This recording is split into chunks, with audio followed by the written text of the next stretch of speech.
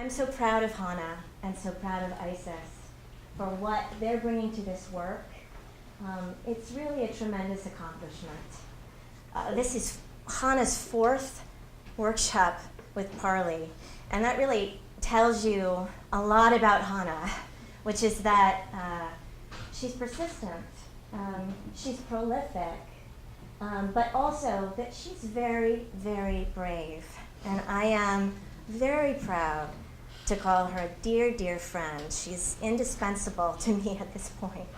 I'm so grateful to have her gifts and what she's bringing to us. Hannah Merrill, everyone.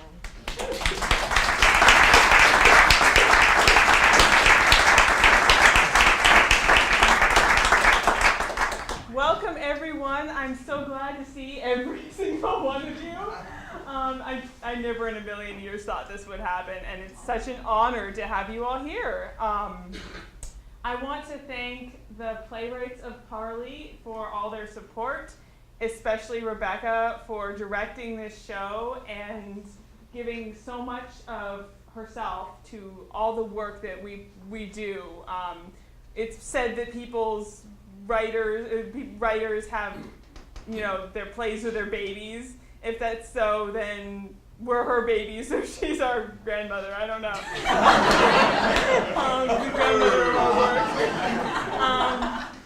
But it's such an honor to have someone be as invested in your work as you are. It's not something that happens every day, and it's not something that happens in a lot of people's lifetimes.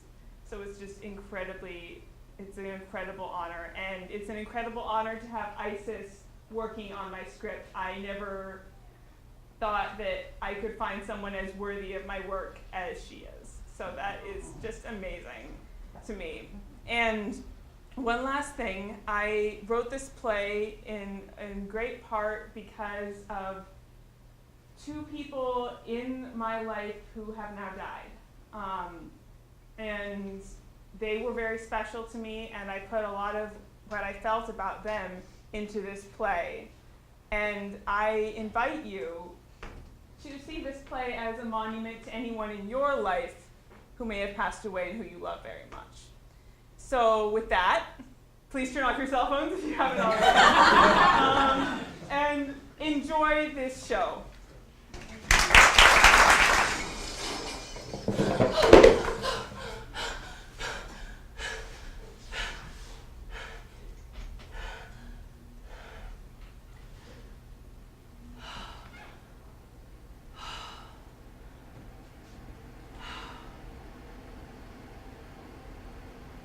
It's like I can still smell you. Wood chips and soil, strawberry chapstick, and smoke. You know what? Grief is like an oversized prom dress. Almost nobody looks any kind of sexy in it when they try it on. It slips and slides, and you gotta do whatever you can to keep your boobs from falling out. Sooner or later you trip and fall, but there's always somebody. They put it on and maybe they add a few safety pins, but then you really see them in it. And your jaw drops because you never saw their grace before. Grief. Grief is like that.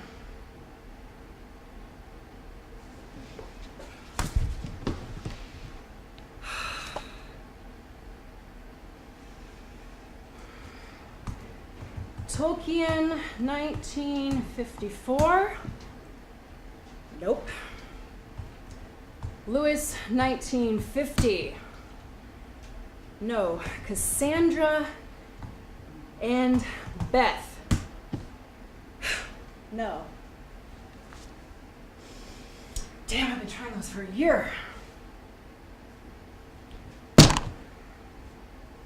Every password. I have tried every fucking password I know you used at some point, but no, you had to change them all right before that crash.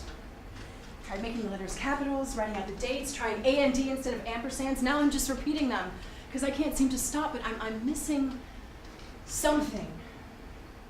There's something I don't know about you, something about where you got your grace.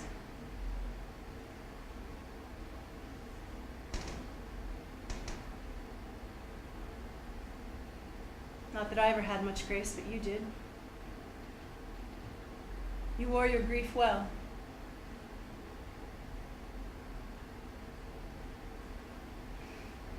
They say people never forget their mom's faces, but what I remember most about you is your right hand.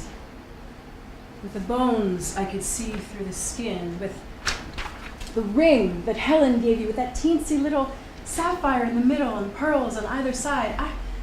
I remember that right hand of yours striking matches and carving a jack-o'-lantern. Is that weird? Carving that huge grinning mouth with the pumpkin fangs and the big slits of eyes. Maybe it's not so weird.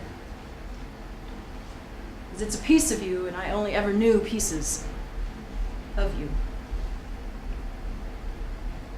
I always thought we'd have more time together, enough for me to figure you out, enough for me to ask you all the questions I was afraid to ask. Like about Giles. Like about that day in the kitchen. Mom, there was so much I never knew about you, so much I wanted to know, but how can I? Hi, Izzy, what's the deal? On the plane, okay, and you're landing at 5:30? Great. I mean, not great, it's super early, but I'll see you soon. I'll be there. Oh, yeah, I guess a little. I was just having one of those damn dreams about Mom again. Yeah, listen, I know you're one of those crazy people who can sleep on planes, so you want me to make you breakfast when you get here? Yeah, that's so. I love you, sis.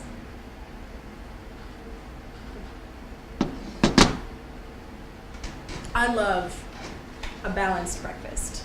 And no, not that nutritional shit. I mean the flavors, the textures, they should sing and dance together.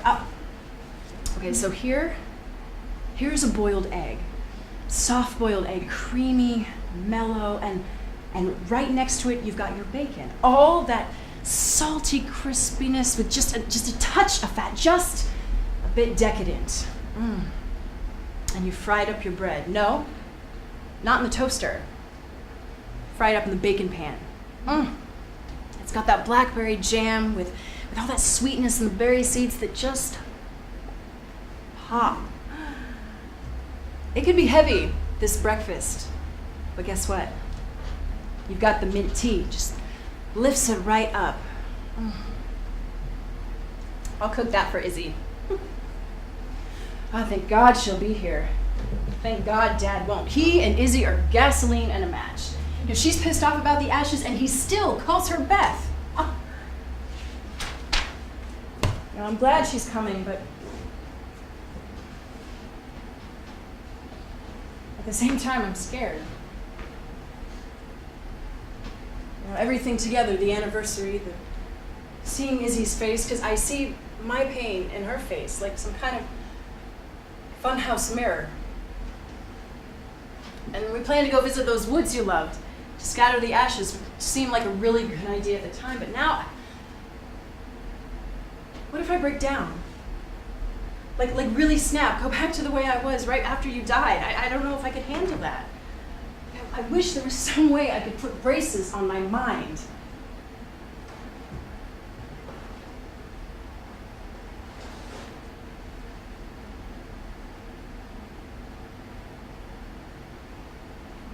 For the first few months, all I could remember was the things your right hand did. Pulling carrots in the garden, weeding around the tulip bulbs. Shadow puppets when we were a kid. Sticking up all those Post-its for me when I was a teen, even when I wouldn't talk to you. You know, don't forget the algebra. Remember you promised you'd bake cookies. You've got a history test tomorrow. Hell, for months Post-its were the only way I'd listen to you. Not very grown up of me. I don't think people grow up because they want to. I think they grow up because they have to. And it took me a long time to grow up even as much as I have. But I'm not grown up in a lot of ways, but I don't think I'm the only one. A funny thing happened yesterday. I was already feeling it in my body that the anniversary was coming on. Deaths live in your body, I think. Helen said something like that once. And they flare up sometimes. Well, it's seriously flaring up for me, and I guess I'm not alone because I'm in the kitchen when I hear a knock on the door. And I'm cooking, of course. And sometimes you just have to make a divine quiche. Oh, that's my comfort. My favorite crust, all buttery and flaky and perfect. It just falls apart when you cut it, but just deal. It's worth it. So I hear that knock, and I go and open the door, and it's Giles. Of all people, you're a friend. He's wearing a pressed suit and neon yellow rain boots like he used to wear. He asks if he can come in. I say, sure, because I would really rather not eat this quiche all by myself. Or at least that's what I tell myself. He takes off his hat and he comes in, all way too absurd polite. So we're sitting at the table and eating in dead silence because I have no idea what to talk to him about. And then all of a sudden, I don't know where my words are coming from, but I'm talking, and I can't seem to stop. And I say, I saw you with my mom. I'm not stupid. Dad might have been working too much to notice, but I'm not completely dumb. The way she looked at you, the way you looked at her. Hell, it was like fireworks going off. And I saw you kissing. And I heard you, fuck, I don't even want to think about it, but I heard you with my mom. Giles looks like a cornered deer at this point, but he tries to pull it together, stammers something about never wanting to lie to us, and then he pulls out a box. That box. I should have brought this sooner, he says. It's for you and your sister. I can't keep it from you any longer. And before I can say a word, he's just out the door. And just like that, he even left his hat behind. I'm so surprised I didn't run after him.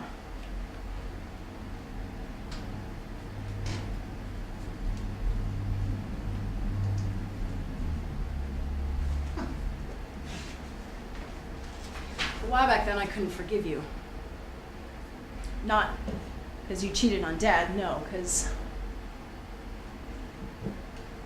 I thought it meant I wasn't enough for you, that Izzy and I weren't enough to make you happy. And now I know, well, duh. Of course we weren't. Especially when it's kid love and the kids are running around like, oh, Mom, I need this, Mom, I need that. Like, of course you needed someone to love you. And Dad wasn't there.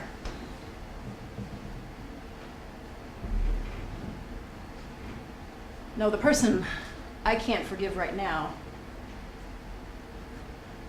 is Giles. Maybe that's why I haven't touched that box. I can't forgive him because in a way he knew you better than I did, and I'm jealous of every little bit of knowing you. Of course, that's not really practical. I keep wishing I'd run after Giles. You know, asked him to tell me all that he knew about you, but what good would that do? Because what I really want to say is tell me everything Mom wouldn't want me to know. Tell me the hidden things. And that wouldn't work. Giles, damn it.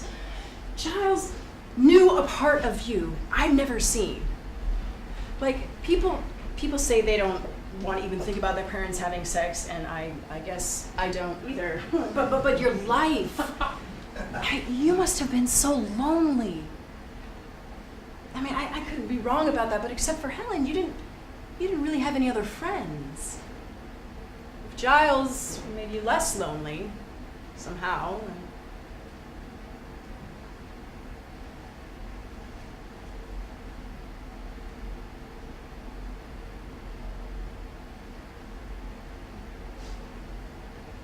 I can only imagine what he'd say if he would, but maybe that's better than nothing. Mom, would you mind if I tried to imagine what Giles would say?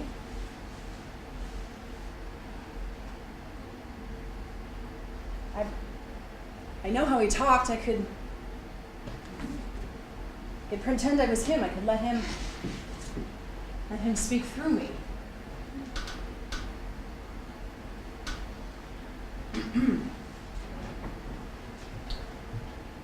Met her years ago. Just lost my job again.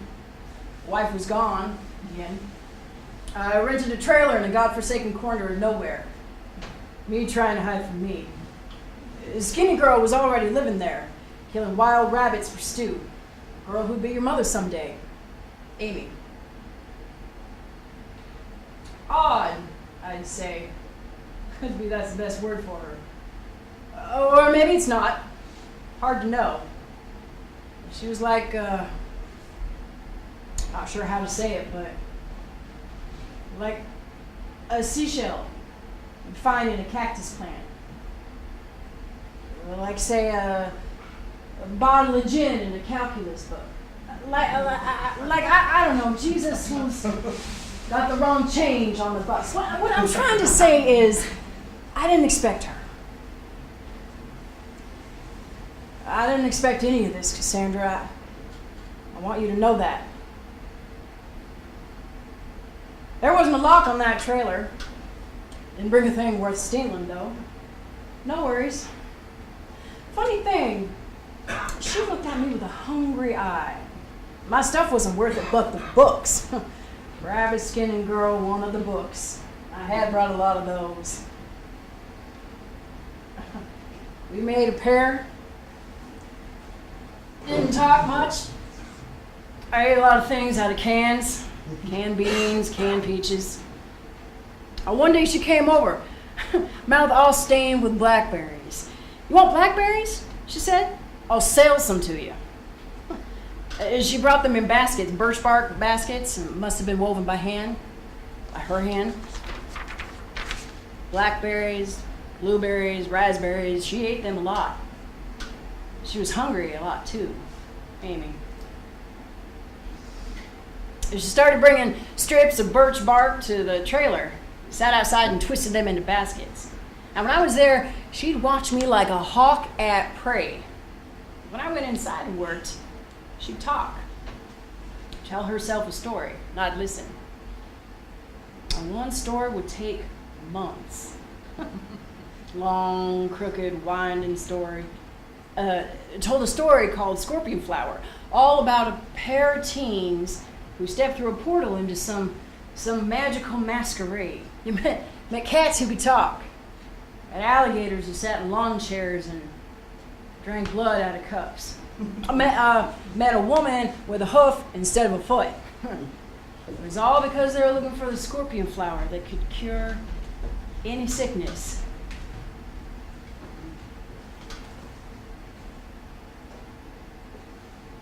This feels right. But is it right? Like, is it okay to make shit up, or would you mind?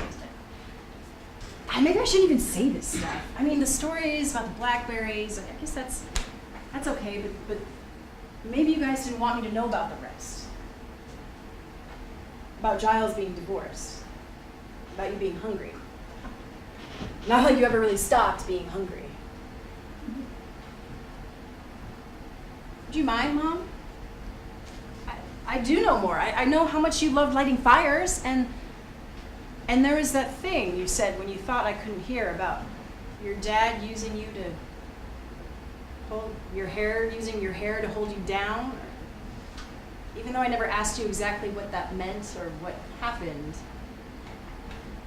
Should I have? I know that you and Giles cried in front of Izzy and me when you met up again at the grocery store all those years later. Or, I remember that thing you said about school when you were a kid. One day, I asked Amy why she wasn't in school. She was young enough then, 17, 18. She said, "They don't teach me right. Textbooks, falling apart. Teachers, bored with us. Other kids want hand jobs, not learning. Only useful thing I ever learned was how to climb barbed wire without getting cut. That's all I learned in school." I asked her if she wanted to learn. "Depends what," she says. I go into that garbage trailer and get some books. "Here," I say, "Cesar Chavez, dinosaur fossils, Ivy Wells, evolution, lots of others. Read." She grabs two at random and runs off into the woods. Comes back later waving my ancient history book around and says, "Romans were total dicks." Waves my Charlotte Bronte collection around and says, "Reading Jane Eyre was okay. I liked it." She was like, I don't know the best way to say it. You ever had that, Cassandra, when you try and talk about somebody and nonsense just tumbles out of your mouth? Like a seashell you find in a cactus plant. Like a bottle of gin in a calculus book. Like Jesus who's got the wrong change on the bus. I didn't expect her. She reads my books and I listen to her story. Bargain. She finished the scorpion flower one and started a different one. A mother was going to look for her son. A crocodile with silver scales had kidnapped him, and the mother was a magician. So she put burning coals in one pocket and a handful of sharp ice in the other. And then she summoned a giant bat so she could ride it and went off to look for her son. Amy.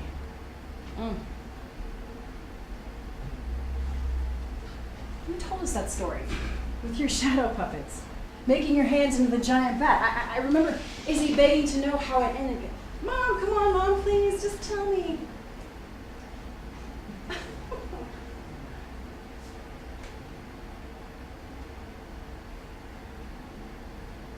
Do I want Giles to have heard that? Seen it? Do I want you all to myself?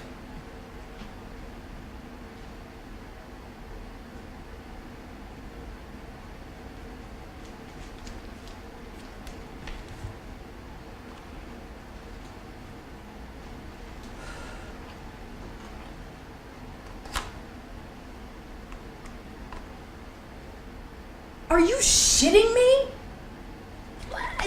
You gave him that ring of yours? That's why we couldn't find it? Oh my God, I tore the house apart looking for it. I wanted to have...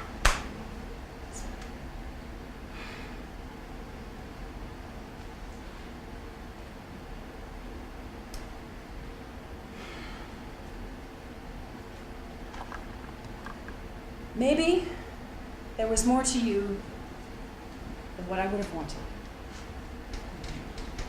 More to your life. And if you gave him this,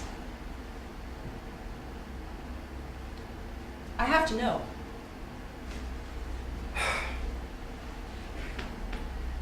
She sees me eating black beans out of the can. She says, "Those would taste better cooked." I ask how. Trailer, oven doesn't work, stove doesn't work.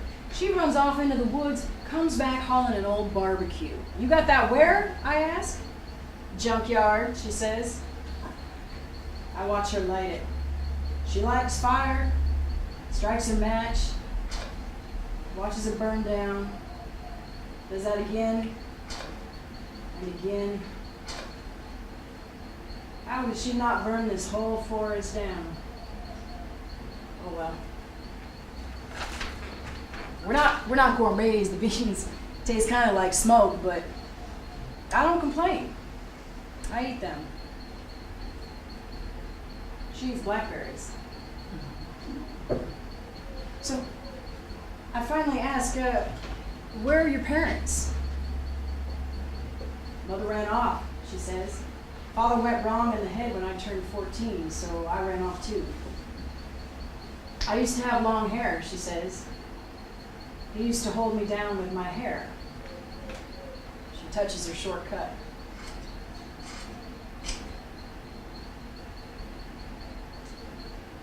I don't ask just what she needs. What's there to say anyway in the answer? Sun melts away, we sit there. Owls hoot, we sit there. Stars turn to diamonds, we sit there.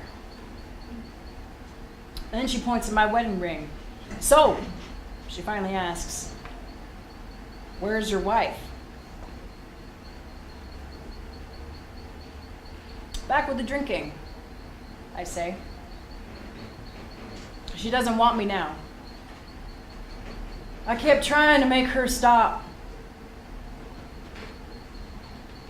But she doesn't want me now.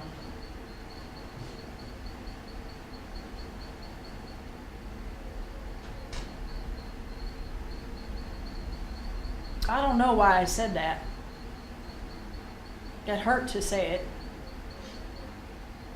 But Amy was like that. You could say things to her that hurt you to say them.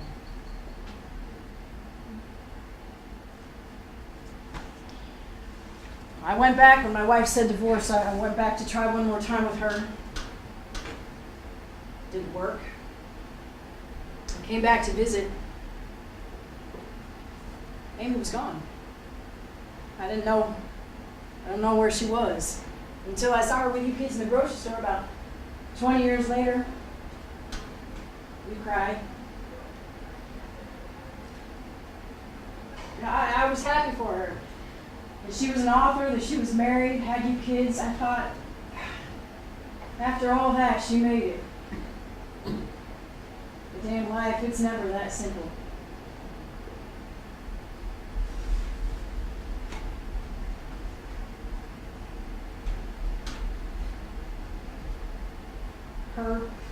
Her mind.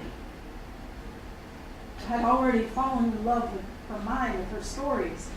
She was too young for me to love her body. I did that when we met again. And it really was too late, even later than I knew then. I didn't know how soon she'd be gone.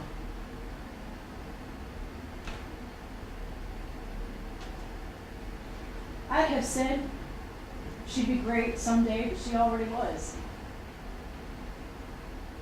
She already was.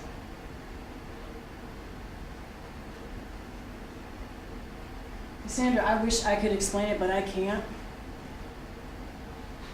She was like a seashell you find in a cactus plant, like a bottle of gin in a calculus book, like Jesus who's got the wrong change on the bus. I didn't expect her.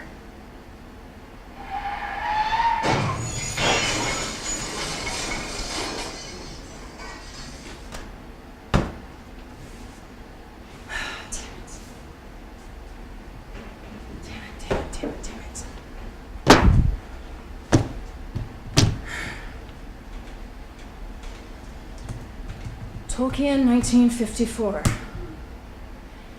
No. Lewis, 1950. No. Cassandra and Beth. No! Mom, I want to know you. I want to know you through everyone's eyes. Is it true? Do I care? I want something, anything. But it always seems to end in a crash, like you did. I don't know why Giles fell in love with you. It was all just my guess, my imagination, because I want you to have had love, and because I want to know.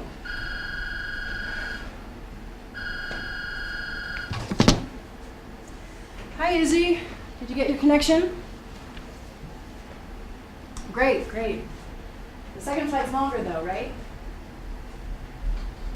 No, you didn't wake me up. I've been awake for ages.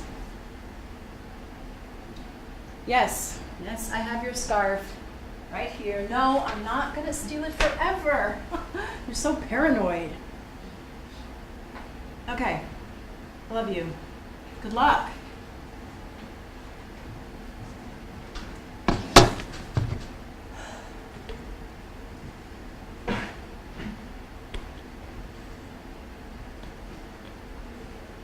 Izzy and me talked, and she knew. Maybe because of that thing that made her stop calling herself Beth. But anyway, she knew that there are some kinds of pain that you just absolutely can't escape from, no matter what you do.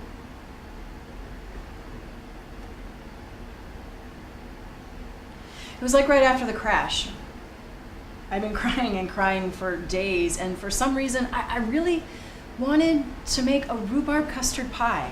I don't know why I wanted to make it when you couldn't eat it, but I did. And finally, I was like, damn it to hell, I'm going to get some fucking rhubarb. So I got out of my old t-shirt and my sweatpants and took the hairband on my greasy hair and took a shower, and I went walking to the farmer's market to get my fucking rhubarb. And all the time, I was thinking, can't I escape the pain?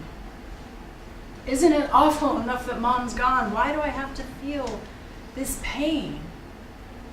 Because the expression brokenhearted isn't just a figure of speech. I had literal pain in my chest. But it wasn't just in my chest.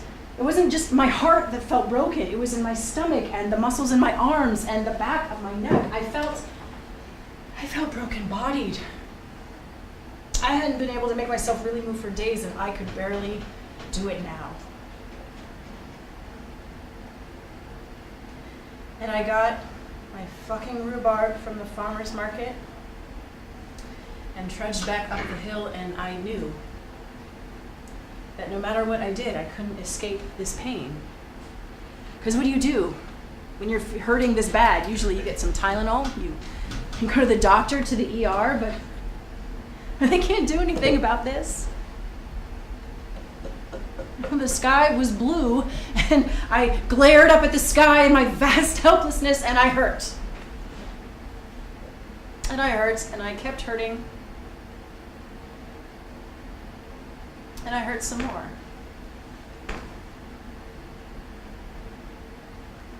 And then I made the rhubarb custard pie, because that's all I could do.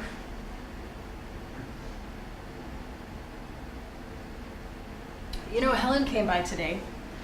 She can't drive anymore, but she hobbled onto a bus somehow. Gone to visit her a lot this year. And when you've seen as much death as she has, it helps to talk to her, to watch her left hand shake. And of course, she wants to dress me up. Kept saying, "Now, Cassandra, look at the bone structure in your face. It's a gift from God. And you must draw more attention to your neck. Just try on my necklace. Just borrow it until I see you again." We had burgers and milkshakes. Easy enough to grab those from some fast food restaurant, but for me, that'd kind of be cheating, wouldn't it? So I put the ground beef together with just a little bit of red onion chopped up so fine before I shape it into the burgers. Sprinkle the salt in the pan like a dusting of snow. Before I cook it up, put the real cheddar cheese on top. Real cheddar cheese. Local, not that American cheese shit. Get slices of heirloom tomatoes with their splendid imperfections. Heirloom tomatoes, they always feel so much more friendly to me than these stupid flavorless kind. So, then I make the milkshakes with cherries and Ghirardelli chocolate. Because why not? Why shouldn't milkshakes be classy? Huh?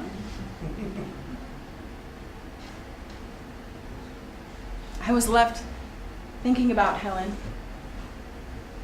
How after 56 years she managed to look straight at her story. Thinking about how I haven't looked straight at ours yet, Mom, yours and mine, because I can't. I just can't.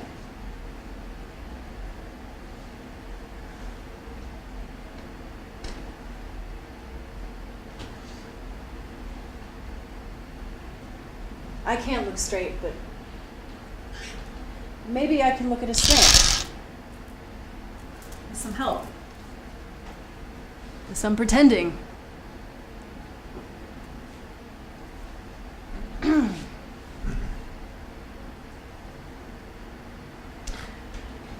Now, you listen, Cassandra.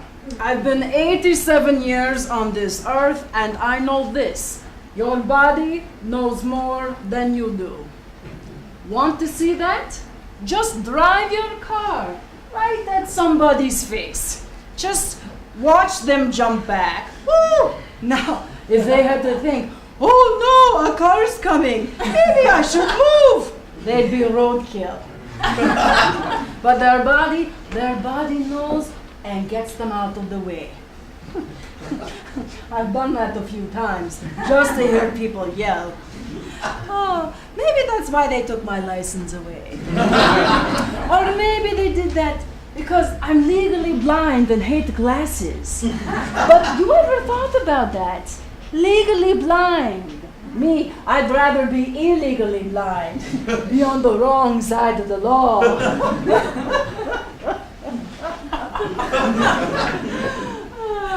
Where was I?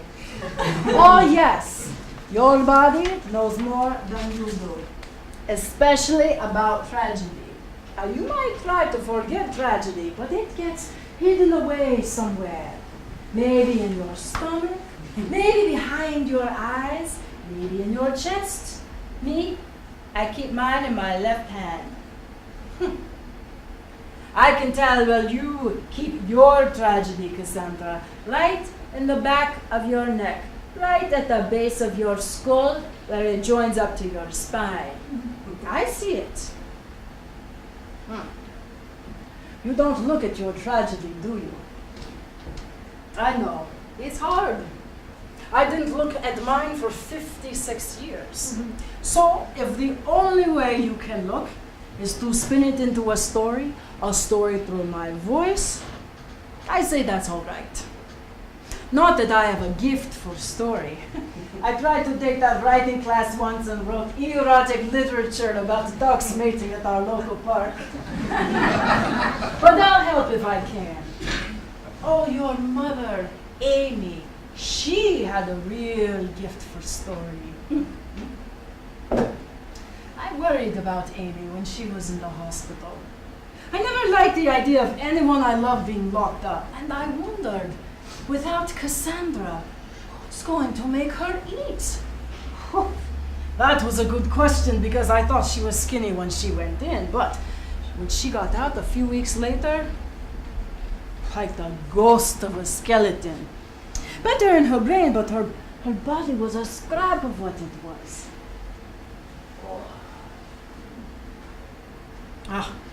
When I tell people about the hair, your hair, they ask me how I could have missed it. And the more I tell them, the more they ask, why didn't you know? But it never seemed like she... Well, take when we first met. Me, on the street.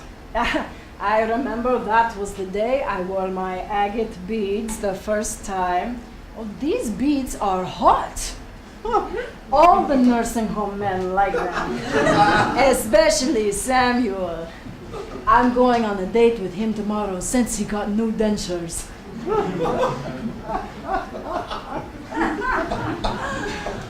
Oh, where was I? Oh, yes, the day I met Amy. Me on the street with my agate beads and my fringed purse. As she was walking along, wrapped in a velvet shawl, reading one of those books of hers. I think it was The Lion, the Witch, and the Wardrobe. She tripped and fell straight into one of those short no parking signs they put below eye level just to mess with you. She cut her chin open, blood everywhere. And me, I hurried on over and got out some tissues and handed them to her. She dabbed her face and laughed. You gotta admit, she said, it is a little bit funny. But she wouldn't stop laughing. So I took her into a coffee shop and sat her right down. It was so heavy. She wiped the blood off her face and her book and her shawl. Said she hoped she hadn't made me late for anything. I told her I was late for my threesome with a computer genius and an adulterous politician, which I was. For some reason, that made her laugh even more. I don't know what was so funny. I've always wondered if the two of them had a good time without me.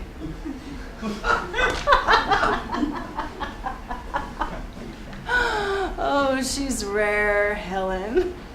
Oh, I remember, oh God, the homeless dinner. Did I tell you about this? You were on vacation and Izzy and me had the run of the house, and I got smart ass about my cooking and invited like 20 homeless people over, including this guy who tried to sell me a dress out of a dumpster.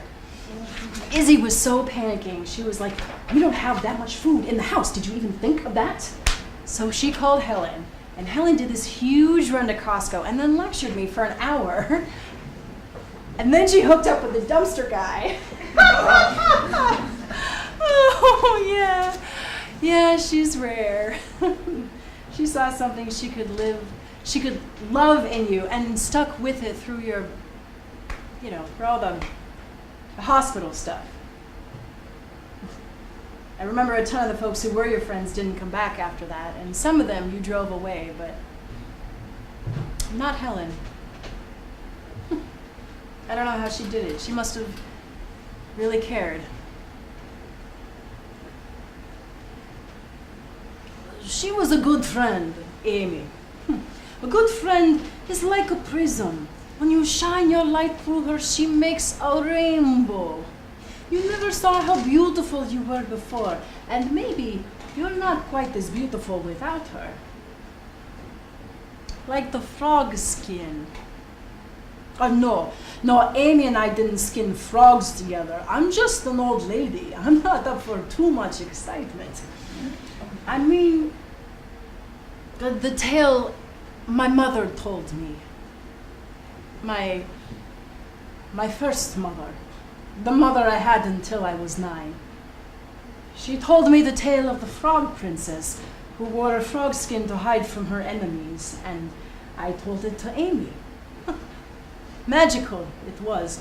Princes and carpets and thunder and witches. But I could never tell it like my first mother could. But Amy got it anyway. She took that poor tale I told and built it into a book. One word, one subplot, one stone at a time. Like a cathedral. A different kind of beauty than my first mother had, but worthy of her. It made me cry, and I don't cry much. I cried when they took Amy to the hospital. Not just because she was going away, because I felt I'd failed you and Beth. Izzy was still calling herself Beth at that time. You two are the closest thing to grandchildren I've got, and I thought I failed them. Amy had to get it just right. Your hair, I mean. Now, I'm fussy about my hair, don't think I'm not. When my old hairdresser messed up a dye job twice in a row, I threatened to sue her for emotional damages. I know my rights. But Amy, with your hair, that was a whole other level. She had to brush it, and then she'd braid it, and if there was one hair out of place, she'd have to start over. Take it down and start all over. I thought it was funny. I actually thought that. I don't know how I could have missed it. Well, lots of other people missed it too. You and Izzy were too young to really know, I guess, and your father, well, he wasn't around.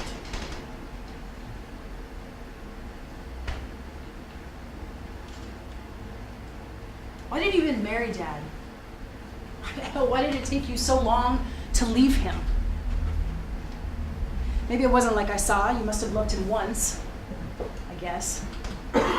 Sometimes I wonder if you were just so alone. But I'll never really know. Not about that. Or maybe I don't want to know. Maybe I don't want to think about you and Dad at all. It hurts. The way It could have been worse. I mean, he could have hit you, but he didn't. He didn't value you.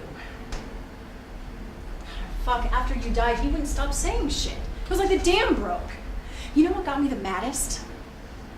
He said you actually did it on purpose. The crash. And yeah, I won't pretend that didn't cross my mind, even though you'd been better for years. I did. I wondered. But even at your worst, you never talked about wanting to die. You talked about how much it hurt and told us how sorry you were, but never about killing yourself. Not everyone who's got mental illness wants to die. And besides, there were witnesses, and they said it was the other driver's fault. But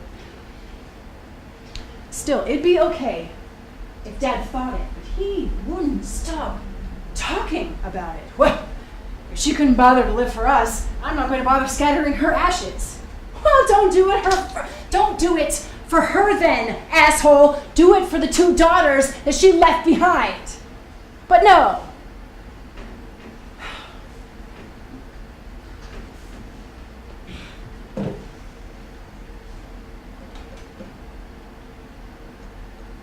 And you know what's the worst? Wondering if you stayed with him for us. For Izzy and me. No, that's actually not the worst. The worst is wondering if we were part of the problem. Izzy and me. Or if I was. On my own. If I was part of the reason you finally lost it.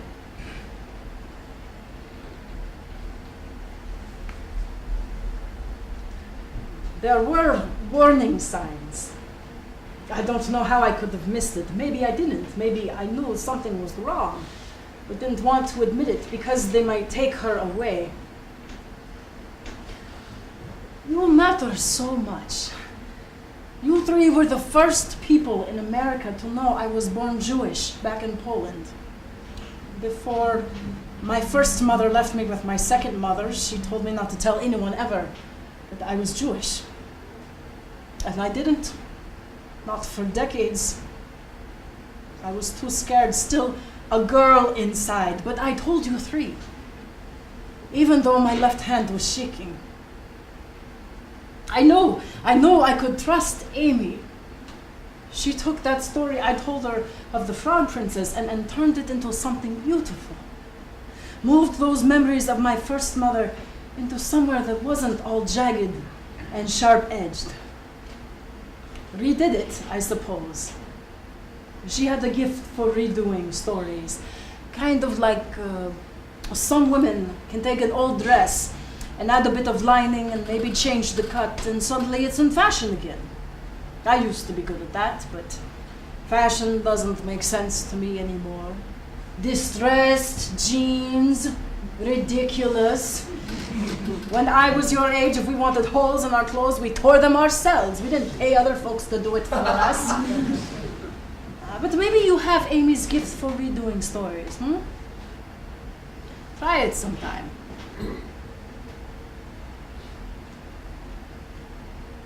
I've thought about it for a long time, asking myself why. Why did she end up at the hospital? Was it genetics, some chemical imbalance in her brain, something in her childhood? I don't know. We all want an answer to that, don't we? We all want to know why some people break down so we can tell ourselves we never will. So we can tell ourselves we'll never scare our children, never hurt them.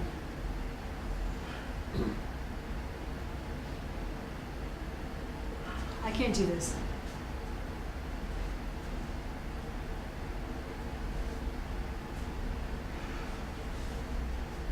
For so long, I tried not to be mad at you. Especially after you died, I just wanted to remember the good things.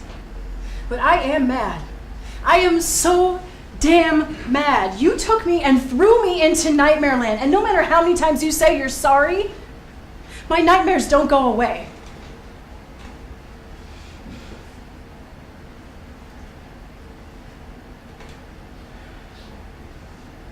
I have to look at this.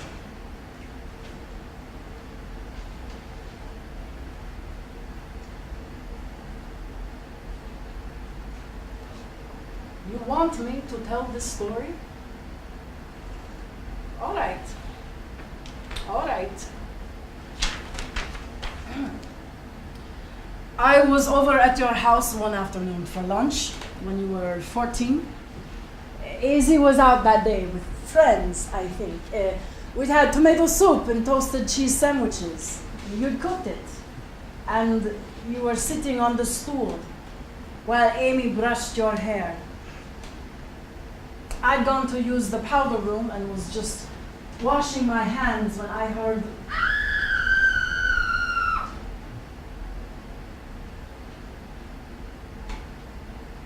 I heard you screaming. I thought somebody had broken in, so I came out as fast as I could, ready to clock whoever it was over the head with my cane. It's so strange what comes into your head at times like that, but I thought Amy had a knife because of the way it caught the light, glinting off the metal. It wasn't though, it was scissors. She grabbed you by the back of your neck and she was cutting your hair off. I just managed to get you away from her. You hid behind me, you were scared out of your mind. I don't think Amy knew who we were. She tried to stab me with the scissors, so I locked us in a bedroom and called 911. I didn't know what else to do. You were crying. Amy kept pulling on the doorknob, hitting her head on the door. I thought she might break her neck.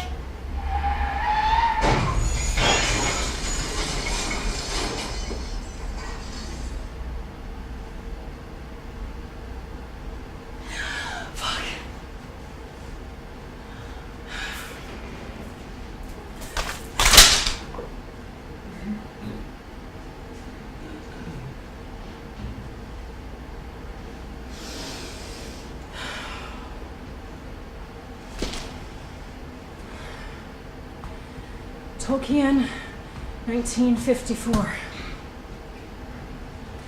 Lewis, 1950. Cassandra and Beth.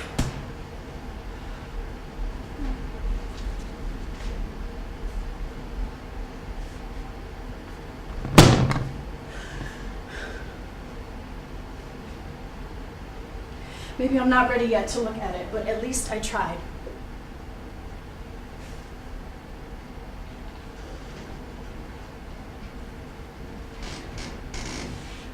Like I said, I'm mad at you, Mom, but I'm mad and at the same time I love you. I can't forgive you, but I love you. I'm not even sure I know what that means.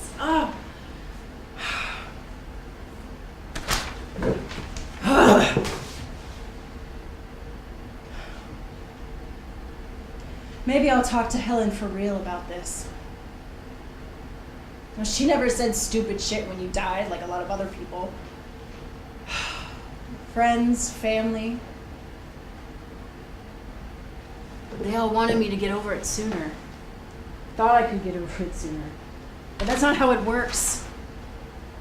You know, I wish I'd known that. I wish we all learned better, all of us. Like, I wish it was a thing you learned in school, like the colors of the rainbow and how to do your ABCs and how to count to 10. Like, what to say to people when they're dealing with the unthinkable. There should be something to say, even if just to let people know that you see their pain.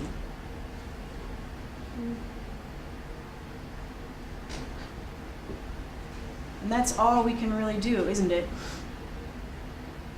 Because there's nothing anyone can do to take away grief. It's always going to be there. And all we can really hope for is that we can learn to work around it. When grief backhands us across the face, we're knocked into a whole different world and we can't go back. So we learn to live there.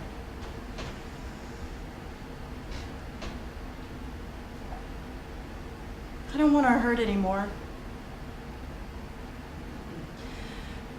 pain wears me out, makes me sick,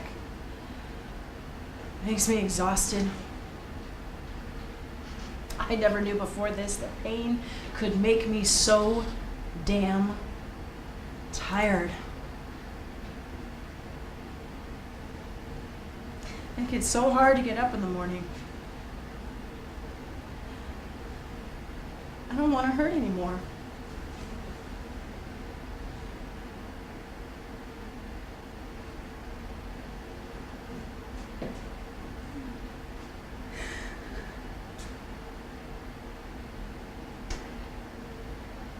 Why did you leave us?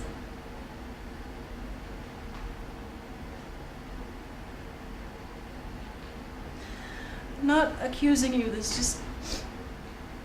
Sometimes feelings don't play by the rules.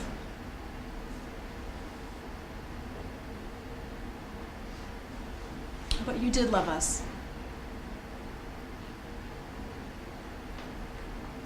You know what the best thing was? Those stories you told? I guess that's why the Giles in my head liked your stories. But God, I loved bedtime as a kid. You know, there's me snuggling under the covers, and there's you lighting 5 candles or 6 or 7. Those matches you were so obsessed with. Me getting more excited with every spark. And once they're all lit, you'd make your hands cast shadows on the wall, shadows shaped like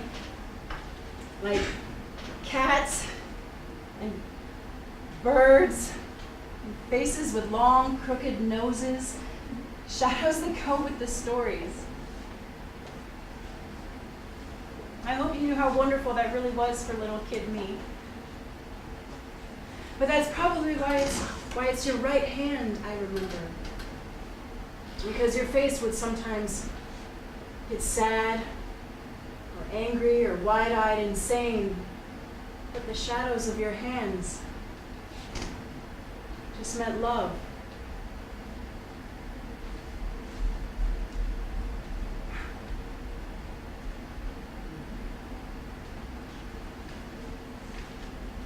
I'd almost have thought I was imagining how wonderful those stories were, but Izzy remembers it that way too. Sometimes we try and make our hands cast shadows, even though it makes us cry. Those aren't as good as yours were, but it's the trying that matters.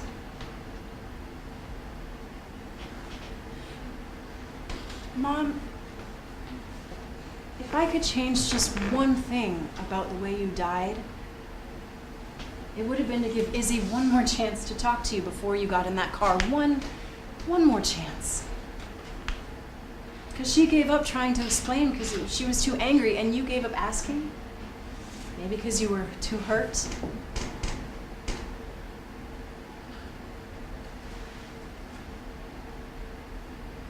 Maybe I can tell you what she might have said.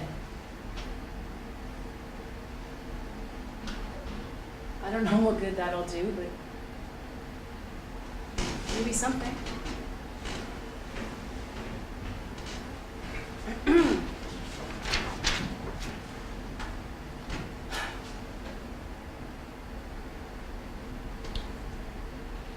Hello, Mom. I hope it's not too peculiar talking to a dead person. Cassandra does it all the time, so I suppose it won't hurt me. Wherever you are, I hope you're gardening and outlining novels with Post-its. And I hope you're not hungry anymore. You taught me to forgive. Forgive my classmate on the playground who stole my cookies. Forgive my teacher who called me a cheater because I couldn't possibly have written that essay on my own. Forgive the boy who kissed me on a dare and spread it all over school.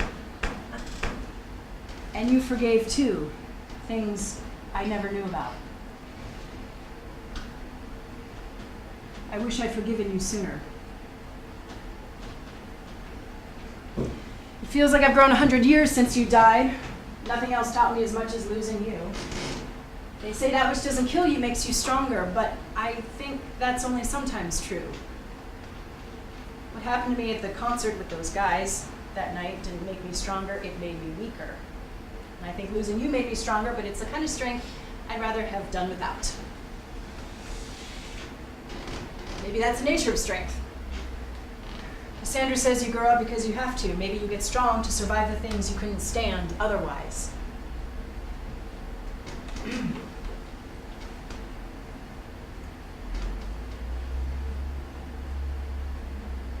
There was so much I wanted to talk to you about after I couldn't talk to you anymore. I remember you sometimes told us tulips came from Turkey, and sometimes told us that they came from Holland. I never asked you to explain because I always thought I could ask you later.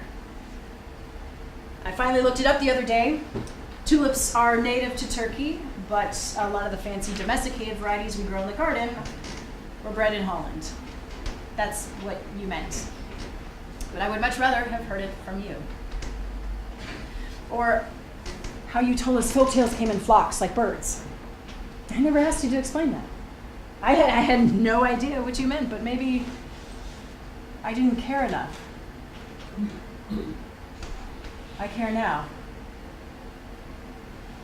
I kept thinking about it and I kept reading your reference books, trying to figure it out. And then I did, because you color-coded the pages with those Post-it notes of yours. You put all the Cinderella-type tales from different cultures in orange. That's how I realized.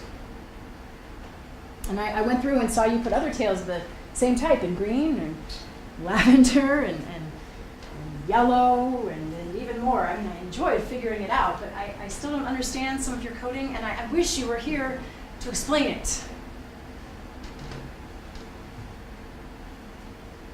And I wish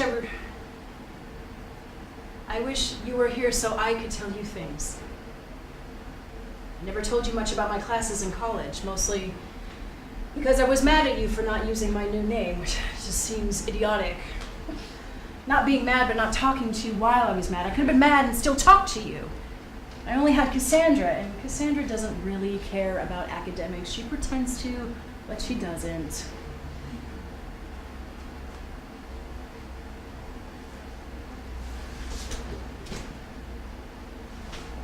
Honestly, I've always been a little jealous of Izzy for that, for being able to talk to you about the mind stuff. It's one more part of you I didn't get to know. But in another way, I'm glad you had her till the fight, because I couldn't have sorted out the tulips or the folktales like Izzy did. My brain just doesn't work that way. You know, I couldn't feed your mind, but I could feed your body. You damn well needed it. It's so weird. I get why you didn't eat as a kid. There wasn't food, but even when you grew up, like, is starving a habit? I guess it could have been. Your mind was broken in so many ways.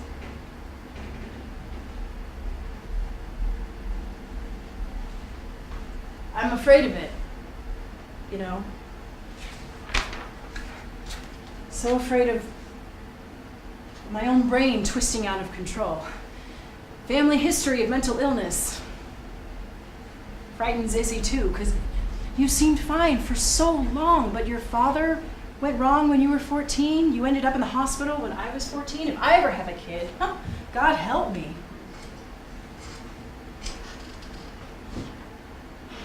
Maybe the miracle is that you ate as much as you did. And anyway, I shouldn't be getting on you about your habits. I mean, look at your Cassandra, still cooking away, except now for everyone, in a frenzy to feed them before they die, before I lose the chance.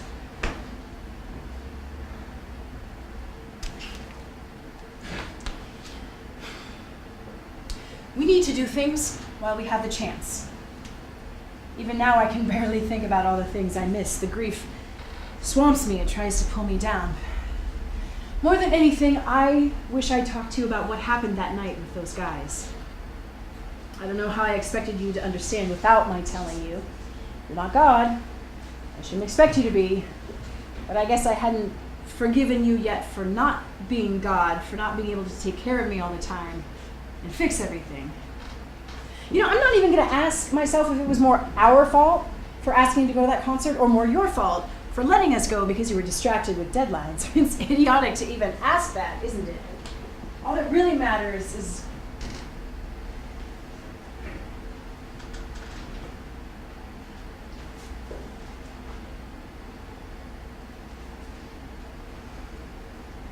Cassandra left her phone. We went back together to look for it, but we couldn't find it anywhere. I asked her when she got it out, and she said maybe in the stairwell. So we went to look there. We came around the corner in the stairwell, and there were two guys waiting for us there. They shoved me up against the wall. Cassandra tried to pull one of them off, but he was bigger than she was, and he knocked her away. She tripped and fell and rolled all the way down a flight of stairs.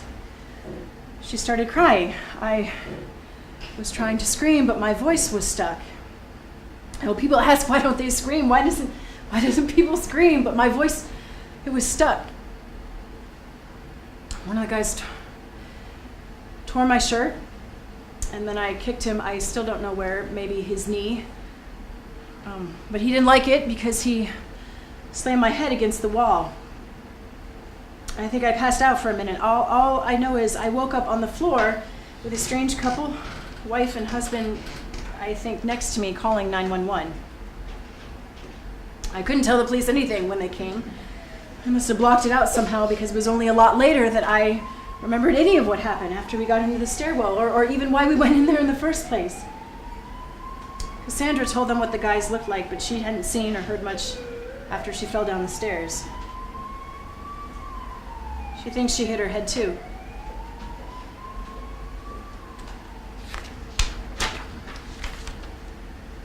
You know everything else.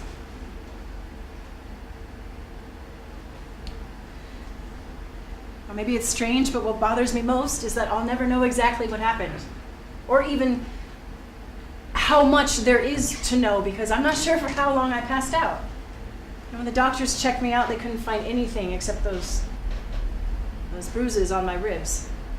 They did all those things they do, the rape kit and the like, but nothing, which is reassuring. I guess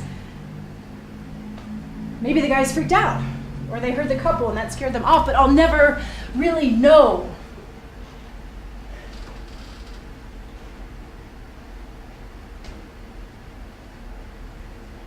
I know I didn't do anything wrong.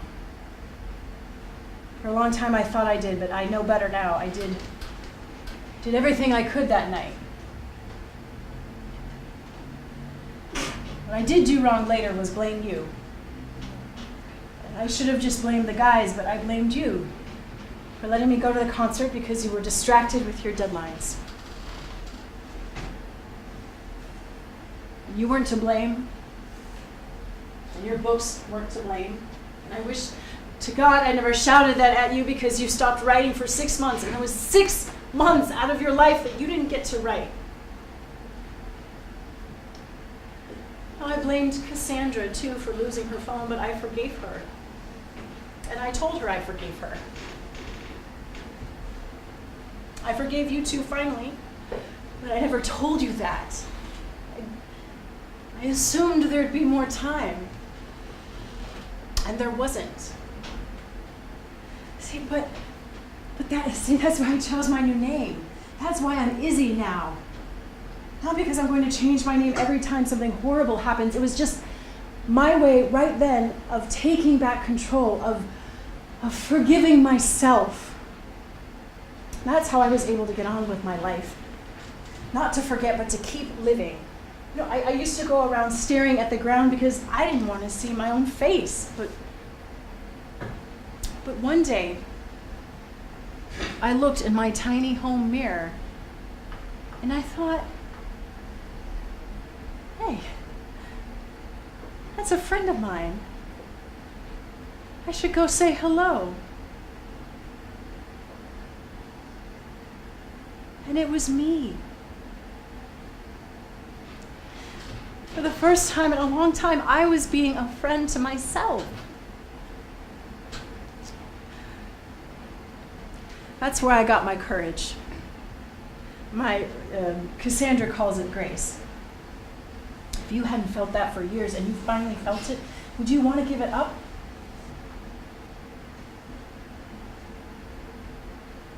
I can see now why you felt betrayed. I blamed you, and then I dropped the name you gave me and got furious every time you wouldn't use my new one. Of course, you felt betrayed. I am so sorry it took you dying for me to realize that.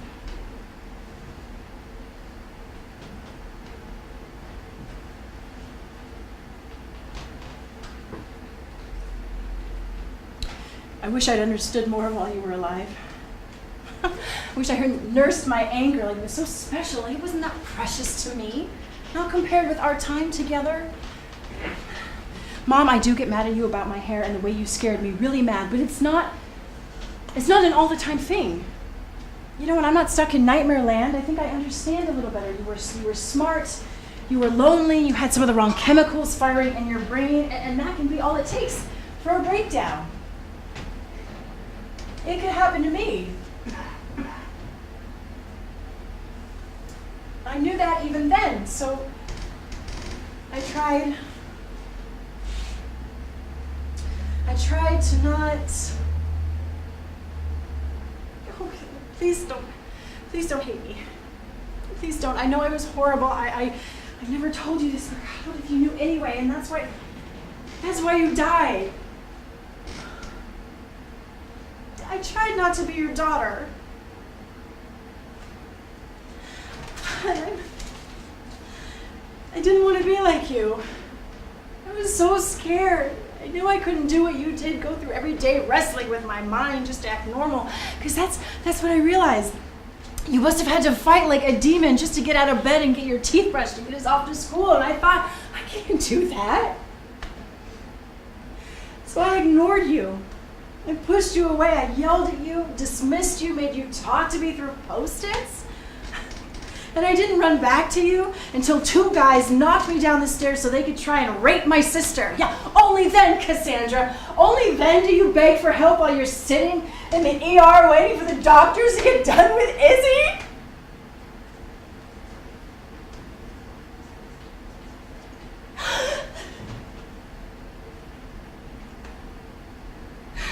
You didn't say a word about the years. You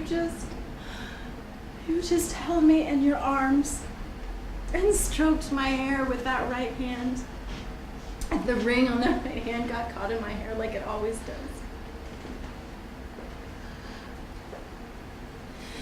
Told me a long, crooked, winding story about the magical masquerade and the alligators that drank blood, about the scorpion flower that could cure any sickness. Somehow you were ready to be my mom again, even though I tried everything to ruin it.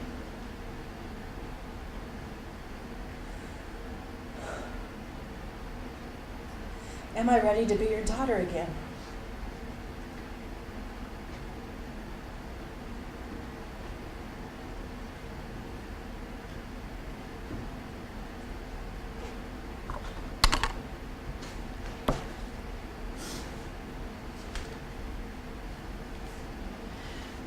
Now you're gone forever, and here I am wanting to forgive and be forgiven all at once.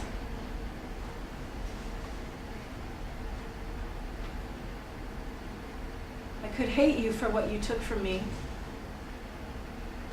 but I'd rather love you for what you taught me. How to spin up stories like I'm doing right now.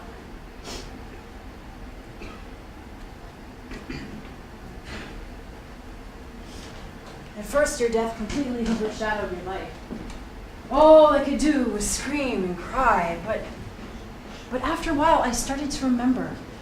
I started to think about what you'd want for us. You knew so much about what it meant to scream and cry. I think the last thing you would want was for us to do it forever. We planned a trip to Switzerland and Italy, Cassandra and I. I suppose she told you about that, though I don't know how much. big sister, little sister thing to celebrate her graduating from college. And we chatted about it all year. Bought the plane tickets really early, and then spring came and the crash happened. And first we thought we shouldn't go. We should stay home and grieve. But then we thought about what you'd want. You'd want us to go. So we decided to dedicate it to you. Ah, it was so hard. We couldn't forget. You know, sometimes the colors all seemed dull, sometimes they seemed too bright. But we went. We flew into Switzerland and we were in the train station, and Cassandra pointed and said, "Wouldn't Mom get such a kick out of seeing Starbucks in Switzerland?" Because you would have.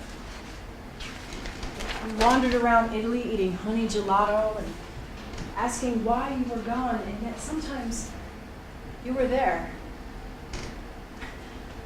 Once I saw somebody who looked like you. Cassandra agreed. She looked so much like you. We followed her for 5 blocks, just pretending it was you, knowing it wasn't, but getting to pretend. You know, led us to a beautiful fountain with statues of the Roman gods, so maybe it wasn't such a bad thing to do.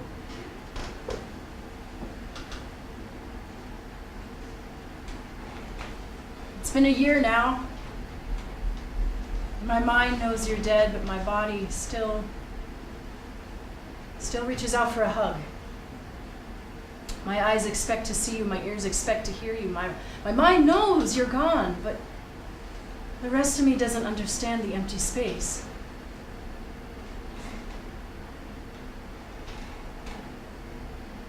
It hurts to remember all those times I told you I didn't like fantasy. All the times I told you I'd read your books eventually. All the times I chose historical fiction instead. There was always a little part of me that wondered if you'd manage to get me into fantasy someday. I would give an empire to have you here bothering me about it, trying to get me into it now.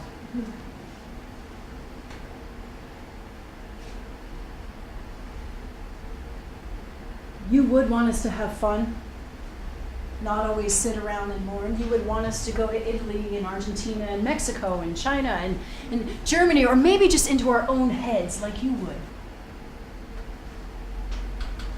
But we have to mourn for a while. Things aren't so heedless and devil-may-care and open-armed as they used to be. We're never going to be able to forget all the way. And I mean, would we really want to?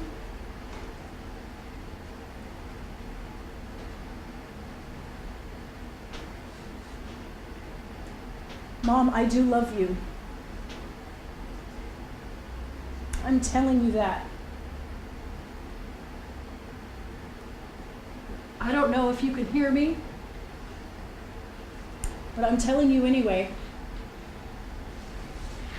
I hope someday I get some sort of sign that you forgive me.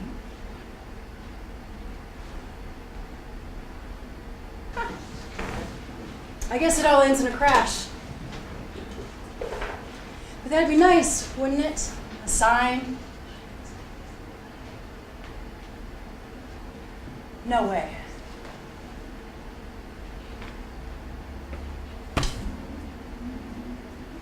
I'll never know unless I try. Cassandra and Izzy. Enter. Oh my God! Oh my God, I can't believe it.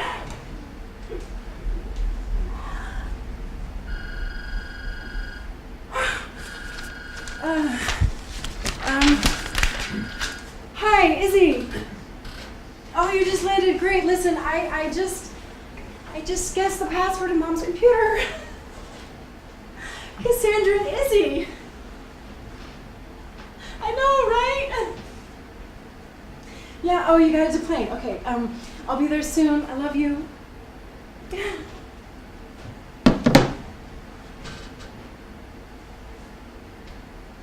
Yeah. You had grace. I wish I had grace. But Giles and Helen and even Izzy, I'll never know what they would have really said, really thought. So in this way, it's all sort of slanted, all sort of crooked.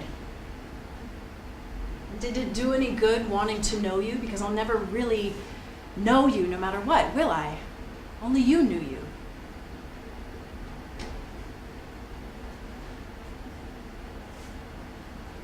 Maybe that's okay.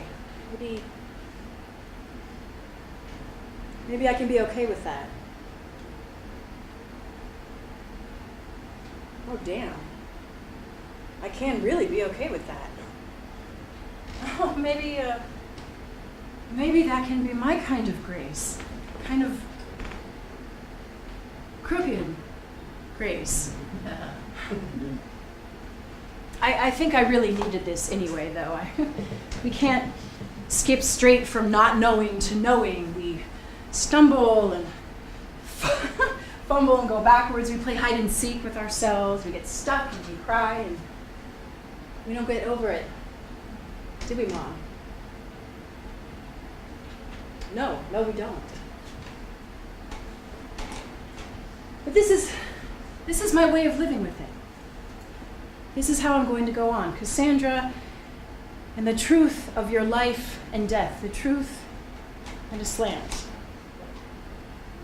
The crooked truth. I have to go get Izzy now. I'll get her and I'll cook for her, make her that breakfast. You had your love things, I have mine. That's my stories. It's my shadow puppets. It's my fire.